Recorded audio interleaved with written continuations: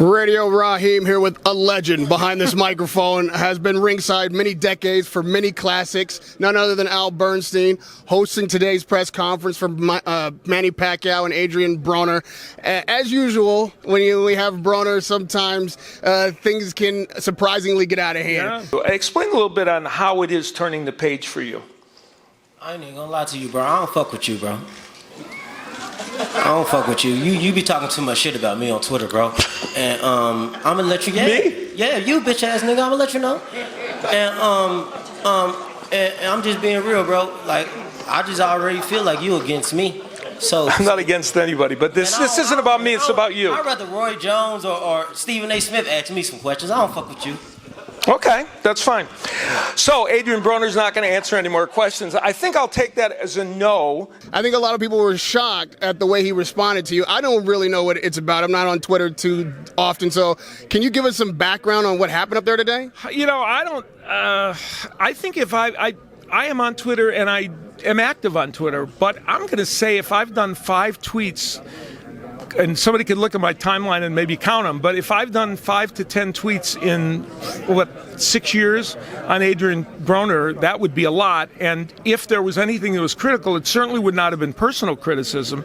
It might have been a boxing-related thing, but even that, I don't think I'm known as the most critical announcer on the planet. In fact, if anything, I've probably been called squishy soft by people. I don't really know where that comes from, but he seemed agitated about everything today, including the overall promotion. And apparently, me being a part of the functions of what happened today, he centered it on me.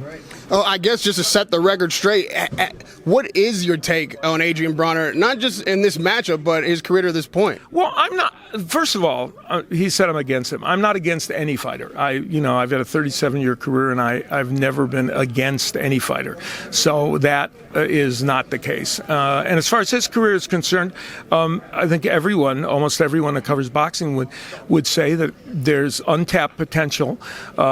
But he has accomplished a number of things, and this fight will go a long way toward deciding whether his legacy leans toward the untapped potential or leans toward the accomplishments. Well, I was not being hyperbolic when I said that you are a legend behind the microphone. I appreciate that. We've heard your voice over so many fight footage that everybody watches and re-watches as classics. You've been ringside for so many of these events. Just talking a bit about the craft, I've had my share of run-ins with fighters, Adrien alike, and sometimes on fight week they're really high-strung, they're really agitated, they just want to go. Has that been your experience over the years? Is that not common? No, I've had in 37 years, I'm going to say I've had maybe 3 or 4 negative exchanges with boxers. Maybe I could get the number to 5, but for the most part, no.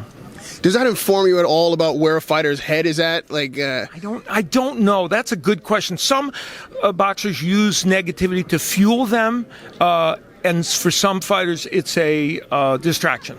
For me, when I have run-ins with them, I like to go right back at it. Okay, we have that moment, that happened. Sometimes it goes viral. Sometimes it's insulting. They call me whatever. Right. But I try to immediately, after the camera stopped rolling, figure out what's going on. Well, you never know what to do in those situations. My sense of it was that he was pretty intractable, and there was not going to be. So my next normal journalistic instinct was to go to somebody else for information, which I did try to go to Kevin Cunningham, and he shut that down. And I understand the difficult position it puts Kevin Cunningham in. That was my next normal instinct, and that's what I did. So going forward, obviously, you're going to continue to cover the sport. You're absolutely. a Showtime guy.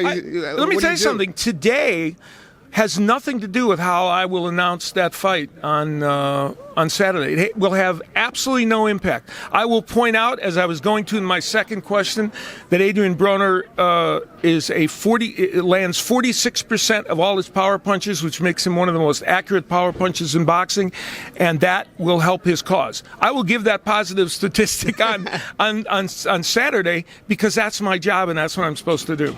If you don't end up speaking to him before the fight and you're ringside, I'm certain that this video will get around. Is there something you'd just like to say to him or a message? No, because that was on him. He decided to do that, and if he doesn't, I don't know that anything I would say would resonate. My body of work is what I would rely on, and whether whether I'll see him at the fighter meetings remains to be seen. We look forward to that body of work continuing Saturday night. Always a pleasure to watch you work. Talking to none other than Al Bernstein. Radio Raheem.